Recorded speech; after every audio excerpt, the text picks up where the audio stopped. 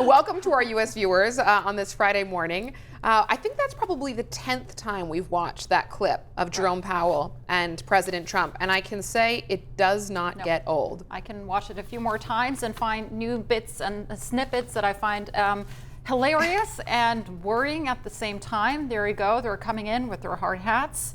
Probably in equal measure, hilarious and concerning.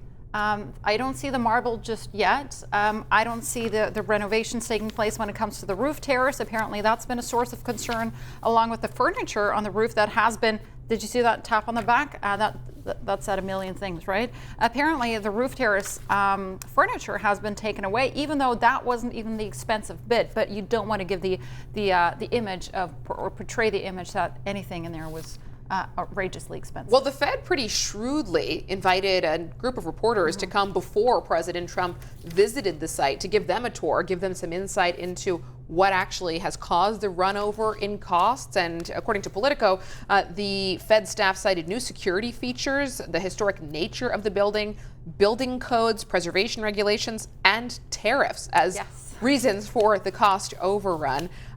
So there is just so much to talk about here. But let's give viewers a look so you can see for yourselves what we're talking about. President Donald Trump and Fed Chair Jerome Powell tussled over the cost of the ongoing renovations at the Federal Reserve during a visit on Thursday. The Fed chair led the U.S. leader around the building works at the home of the FOMC. The meeting comes as the president has applied unprecedented pressure on the central bank to lower rates, as well as questioning Powell's suitability to complete his tenure as Fed chair.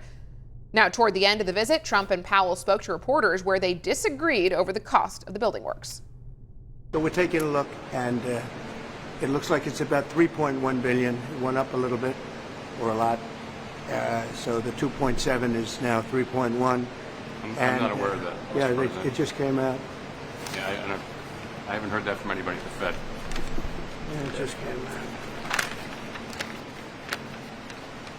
Our notes had it about 3.1 as well. 3.1, 3.2. This came from us? Yes.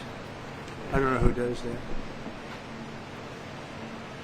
that. You're including the Martin renovation. You just added our entire capital. Yeah, you just added in a third building is what that is. That's a third building. Well, including no, the but Martin building. it's a building that's being built.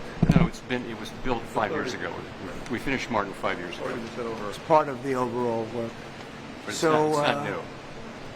So we're going to take a look. We're going to see what's happening, and it's got a long way. Do you expect any more additional cost overruns? Don't expect them. We're ready for them, but we have a little bit of a reserve that we may use, but no, we don't. We expect to be finished in 2027. We're well along, as you can see. Trump also spoke to reporters on his way out, where he said he didn't think it would be necessary to fire Jerome Powell, adding, "I believe he's going to do the right thing." I mean, it almost looks like sketch comedy, the way they're standing there with hard hats on, both looking straight ahead. No eye contact whatsoever. No eye contact, which is what adds to the surreal nature of it. And neither of them escalate. I mean, even though what the content is incredibly contentious, and President Trump throwing out this surprise over $3 billion number that Powell's never seen before. But they stay pretty calm, both of them. And I have to say, Jerome Powell's fact-checking under pressure was incredible. As a journalist, it's pretty hard in real time to fact-check like that, but it took him no time at all. I am surprised, though, that he didn't mention tariffs as the reason for the cost overruns. I would have loved to see the line, or at least the reaction in Donald Trump's face here.